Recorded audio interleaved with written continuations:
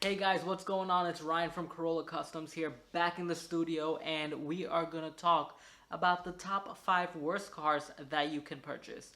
So picture this: you're 18 years old, you finally got your license, you're happy, you're prepped, you just want to get going. You're coming out of high school, going into college. You need something to move around. Maybe you are in high school still, and you just got your permit, or not even your permit. What do you call that in between the license and permit?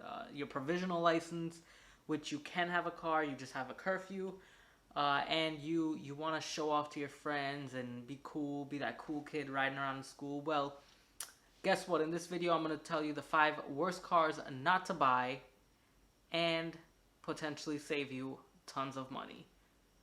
Let's get started in it. Now, first of all, let me fix this. Too far. Is that better, or do you want a close up? Maybe that's better perfectly there. There's a bug in my light. But anyway, let's get right back to the video. I have the notes in my notebook, so let me grab this here off to this corner.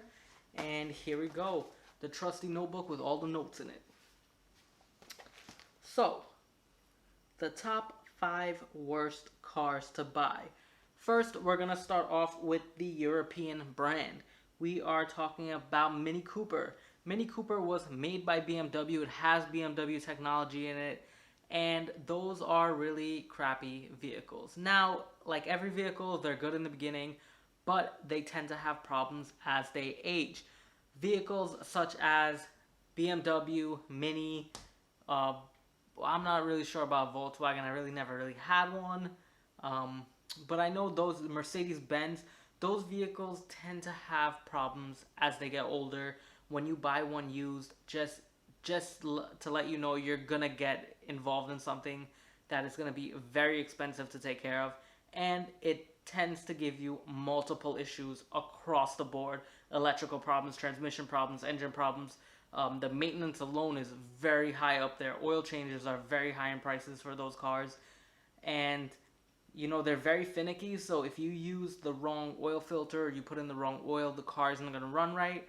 And as a student now getting out of school, or at the end of school trying to get into college, those might not be the right type of vehicles for you, even if you're trying to show off for your friends. Unless you know how to fix cars, then you're going to save yourself some money. So you can probably get one to tinker around with, but I'm just going to give you my opinion on what to stay away from. And we'll do another video later on what cars you should get that will save you money later on. So we talked about the minis, not really that well. The next one we're going to go into is the American cars, such as the Chevy, Chevys and Fords to be exact. Chevys and Fords are terrible. They cannot make cars. The cars are very whack. Back in the 60s, 70s, those vehicles were solid. That's when they used to make real cars. Now everything is all plastic and put together really quick. Quality production is very poor. Quality control is not there, and you tend to get a lot of issues. For example, Ford has tons of transmission problems. Vehicles like their Windstar, certain other vehicles, they have a lot of issues. I had a Ford Mustang. Apparently water leaks gets into the fuse box, causes all kinds of electrical issues, and it really messes with you. Sometimes the car would shut down, or not even shut down. It would reduce power instantly, and you'd have to shut the car off, turn it back on to get it going back on track. Chevys, I love the Chevy trucks. The older trucks, they're a lot more built. Even the older Ford trucks are pretty much built solid, but anything newer is kind of cheaper. Now, I do know we're in 2020 now. I believe the newer quality of Ford vehicles, because they're only focusing on trucks, SUVs, and the Mustang, I believe their quality has went up a little bit significantly due to the fact that they dropped building other cars. They can put their focus on the SUV truck types. GM is, I don't think they're really getting there, but out of the both Ford and Chevy, I would have to go with the Chevy. I think they're a lot more durable than the Ford. It's just I've had so much bad luck with Ford, and I really don't like them. the Chevy I've had a little bit better luck with. Right now, currently, I do have a Chevy Avalanche. That truck is amazing. I did rebuild the engine. That's because the previous owner did not really take the best care of it. Now it's in my hands. I rebuilt the engine. If you haven't seen that video, I'll leave a link in the description. You can check it out. And that truck runs fantastic. It also had a new transmission put into it from the previous owner before I bought the vehicle. So that truck is pretty much solid. It's not going to give me any issues. The only thing that may happen is the frame might rot out way before the truck goes. But now I'm in Florida, so we got tons of frames here, rust free. I can just swap him. That's a lot to say. Now we'll move on to Jeeps, still part of the American history. America really doesn't know how to make vehicles for some reason. A fun fact, actually, if you go to Japan and you take a Ford from over there, their Fords last way longer than the ones over here.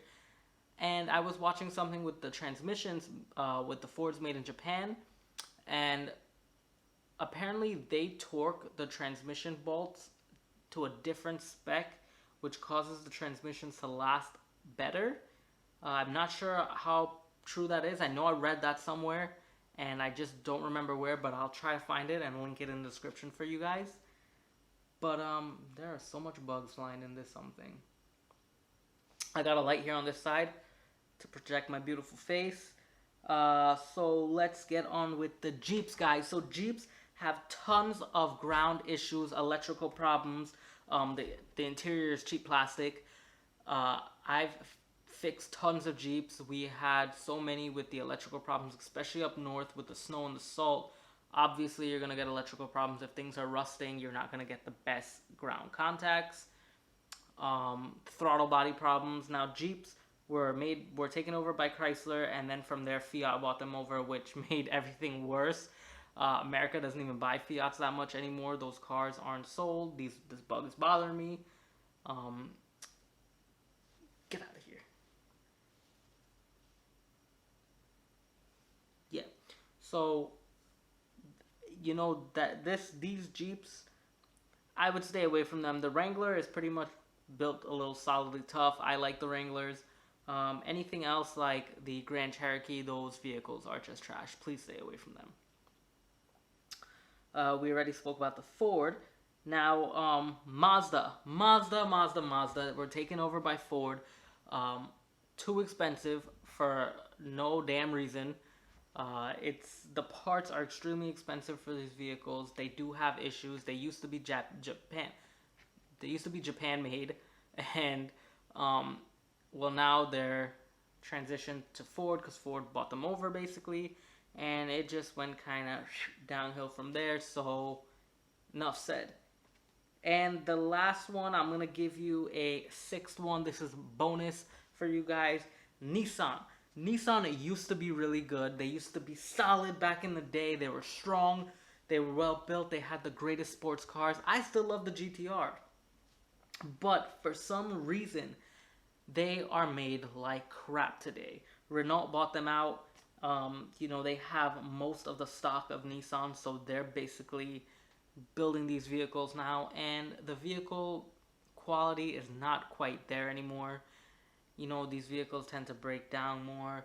They tend to have a lot of issues, and you know, they're just not there anymore. Back in the day, they were really good. They lasted. They went on strong. They kept up with Toyota and Honda. They were there. But now they're just not. Now, if you want to get a Nissan, I'd say go for the older ones. You know, they had like the 240Z. They had those kinds of stuff. It was pretty much cool. They have the GTRs. I love the R34s. I believe the 20-year is now up, so you can actually get one into the United States imported. That's my dream car. You can see it up there, and I'm gonna get one very soon. You'll see. And yeah. So guys, if you are getting out of high school, you are gonna go to college, you are trying to impress the ladies, well, I just told you 5 cars to stay away from, so you won't get stuck on the side of the road and your lady's gonna leave you and go in the car with another guy who has a better car that's not gonna break down. Okay, so if you want to impress her and you decide to get one of these crappy cars, well, buddy, you better learn how to fix your whip, because if it ain't fixed, she ain't gonna mix. I just made that up. So if that worked, well then y'all could take it. Just quote me under it. All right. This is Ryan signing out. Peace out, guys. If you enjoyed this video, please leave a like underneath.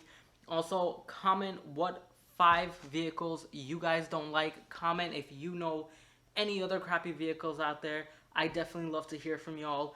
Let me know what's going on. Leave a like in the video. Share it with your friends. Share it with your kids if they're now getting out of high school and you have kids and you want to, tell them, hey, maybe this is not the best vehicle for you. Share it with them too. Make sure you like, comment, subscribe, do all those good stuff. Hit that bell notification icon if you haven't. And yeah, guys, videos are gonna be out. I'm gonna be pumping as much as I can for y'all. And in the next one, we're gonna talk about the top 5 cars that you should buy to help you save time and money, and that really doesn't break down. So with that being said, peace and see you soon.